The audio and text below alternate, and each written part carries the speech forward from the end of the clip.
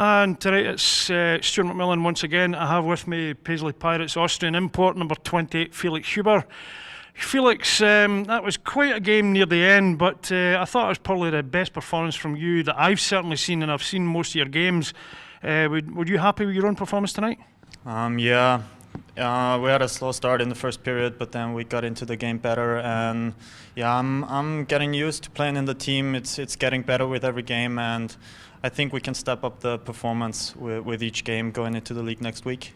I think certainly with the league coming up, I think Coach Turley was happy to get the cup games out the way, just to get the boys into playing with each other, getting the lines right. And I think it all pretty much came together tonight, although it may be a little bit of a slow start. But it was good to see you getting in the goals, and I think it was 1 goal and 1 assist, was it not? Yeah. And obviously that comes with being used to playing on the same lines as the same people every night. And you're very much, as you said there earlier, looking forward to starting in the league next week against Dundee. Yeah, definitely. So, unfortunately, we dropped out of the cup now with a bad first period and the games against North Ayr. But yeah, I think we're now ready to get into the league. We showed that we can also close out games, and yeah. Well, it's a very honest assumption of the way things went there, Felix. Again, we're probably running a little bit late tonight, so I'm going to let you get up the road. And thanks. I've absolutely no doubt for everybody that's watching, this is the first of many Man of the Match awards for Felix. Felix, thanks very much, big fella. Pleasure to meet you. Stuart McMillan here once again for Paisley Pirates TV. I have with me the Solway Stingrays netminder Douglas Carmichael, who for the vast majority of the game held the Pirates at bay. Douglas, it was only in the last few minutes, last 3 or 4 minutes, that maybe was it just a case of fatigue setting in for your boys? It's just the boys, obviously we only came up with 2 lines and a couple of the boys, so we didn't really have the legs in the third period, just coming through it. Obviously undisciplined as well, just towards the end of it. Well, that does tend to happen in hockey. I'm not going to cast aspersions in any way for that. Safe to say it was an eventful game goals-wise, and it did boil over a wee bit near the end. But I thought you guys came up with a fairly good attitude, despite the fact that you're short bench. Did you? Would you agree with that? Yeah, the boys have been spot on.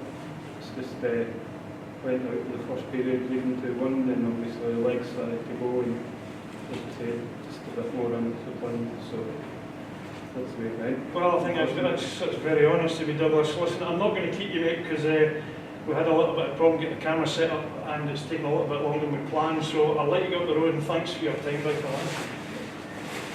All the best, Douglas. Thanks.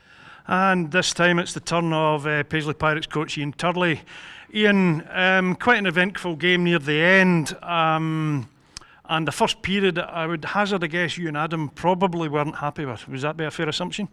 Just a bit flat. I think it's something that we've, over the last couple of games, we've had moments of it, whether it be in the first, the second, or the third. We've just kind of had some lulls, and so we came out and started pretty well. It was good. They certainly challenged us. They full checked pretty hard in the first period. So it's certainly good. I think it does help. When the other team does come out, and you're certainly tested.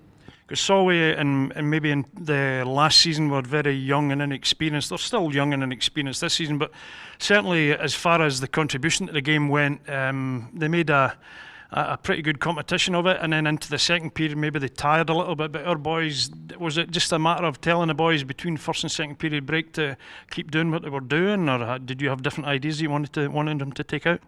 Firstly, some of the Solway guys, I think they need a wee bit more credit, and there is guys there who have played before, and maybe they've went to recreational, and now they've kind of come back, sure. And obviously they're using that, hopefully bringing the older guys in to then make it a stepping stone for maybe younger kids coming through to the Sharks team. So I wouldn't say it's full of youth there.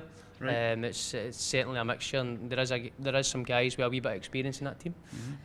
With regards just to your question, I think it was just after the first period there was that lull, and then getting into the second and the third, it's just kind of let's just go back to doing what we do. Let's roll. It's obviously momentum was killed a bit with some of the calls that were made tonight, but we just basically you have to just keep rolling, keep going, and then eventually it does pay off as it did in the third. But now with the goal difference being what it was, Ian, we obviously don't go any further in the cup. But you'll be looking forward to the first league game next Sunday against Dundee Tigers here. We're actually playing a league on Saturday, away. Right, I forgot it. I do apologise. We play away to Kilmarnock Thunder, I believe, a 5 o'clock face-off on the Saturday, isn't it? And then Sunday, here we play our first home league game against Dundee Tigers. We'll obviously be hoping for a decent crowd, and you'll be hoping obviously that the boys are up for it. I don't think, I've asked you before and I've asked Adam before, Ian, they'll not need any motivation to hit the ice. No, absolutely not. I think that, as I said to you a couple of weeks back, and the kind of feeling we were getting with these cup games as well, it gave us a chance and opportunity. We're still behind in terms of where we need to be, and that obviously showed tonight. But there's kind of, we're getting to the stage now. There's no excuses. We're certainly rolling every week and playing every week. So we've used the cup games. You probably have seen yourself. You know, we've played 3 goalies. We've mixed the lines up, everybody's ice. We've tried things. So now I suppose next week is start really getting down to business.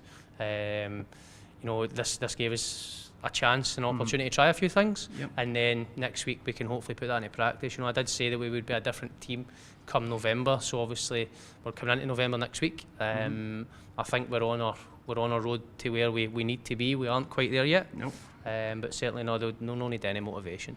Well, that's very honest of you, and he always is very honest whenever I've interviewed him, as is Adam. And I certainly am looking forward to next Sunday's game. That's again here, 5 o'clock face-off next Sunday night against Dundee Tigers. But as I said before, 5 o'clock the previous night on Saturday down in Kilmarnock at the Gallon against Kilmarnock Thunder. Ian, thanks again very much for your time, mate, and we'll see you next week. Thanks, mate. Thanks.